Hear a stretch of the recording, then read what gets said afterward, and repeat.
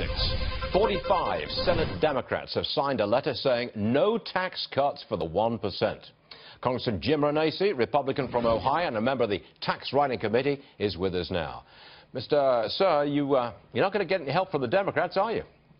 Well, look, we haven't been able to get any help from the Democrats all along. That's a problem, but we can still move something forward. I'm still a big believer that if we get our budget passed out of the House, we get reconciliation instructions with a little bit of flexibility, because we have to be able to maybe not be deficit neutral, and we move that forward, we can get it done without the Democrats, and we have to. We have to be able to lower tax rates. Okay. I mean, when I'm here in Ohio, people continue to talk about it. And remember, Stuart, they keep talking about the 1%ers, but the problem is so many small businesses actually pass their income through onto their personal tax return. Those are the 1%ers because their income, their business income is on there. That's 60% of the business income in this country. We've got to be able to do something for them. We've got to be able to do something. We have to do something. We must do something. I've heard it. Okay, but you know the calendar here. There are only 12 days between now and the end of September when the House and Senate are both in session together. 12 days, that's it. You have to get a budget deal and a debt ceiling deal done in those 12 days. I put it to you, Congressman, that's awfully hard, if not impossible. Well, look, I've often said in Washington we wait too long. I was in the business world for 30 years. You can't operate at the last minute. We do that too often in Washington. But I will tell you, we can get this done. It's one of the reasons why I passed. I was supportive of moving the budget bill out of the Budget Committee. We have to get it now out of the House and the Senate, and then we have to do a reconciliation package to get it done. We keep saying we have to do this. We have to do this. You got 12 days to do a budget and a debt ceiling. That's it. I mean, you can understand the skepticism on the part of most voters and say, you know, you're up against the wall here time-wise.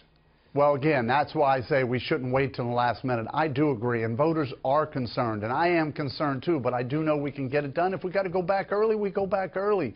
This is one thing in the real world real Americans have to do all the time. What happened to the ending of the August recess? The House is already on August recess. Well, I agree, and like I said, I was willing to stay, and I'm willing to go back early, and I think many of my colleagues would be willing to get back early if we knew there was a path, and I do believe there is a path. We have to get this budget passed out of the House and the Senate, and we have to have the reconciliation instructions giving us the opportunity to get something done with tax cuts. That's probably the best we're going to be able to do. There's no way to do comprehensive tax reform in 12 days. Right. I agree with you there, but there is a way to get something done that the President wants to get done, and we need to support what the President wants to get done and move this forward. This something that you talk about, it has to be a very simple tax cut for individuals, and that means small businesses, and a tax cut on the corporate tax rate. You've got to slim it down to that. Is that doable? Well, see, I'm supportive of that. I might not have said that 3 or 4 months ago, but I am supportive of cutting taxes. We have to. Look, we've had enough hearings. I'm very happy that we started to have a hearing process. Here's what we heard in the one hearing. We have to cut rates.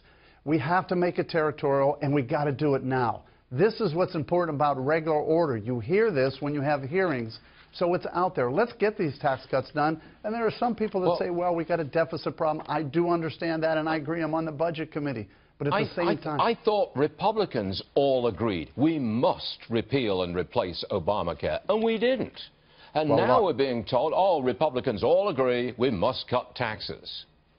Well, again, that's Washington as usual. It's one of the frustrations I have. I voted multiple times to repeal and replace. I've now signed on to a straight repeal, which I thought I would never do, but we have to do something. I've signed on to a resolution to get that done. I believe we have to do that as well. But we can't wait any longer. We are now 6, 7 months into this president's administration. We have to be able to support the president and move some of his policies through.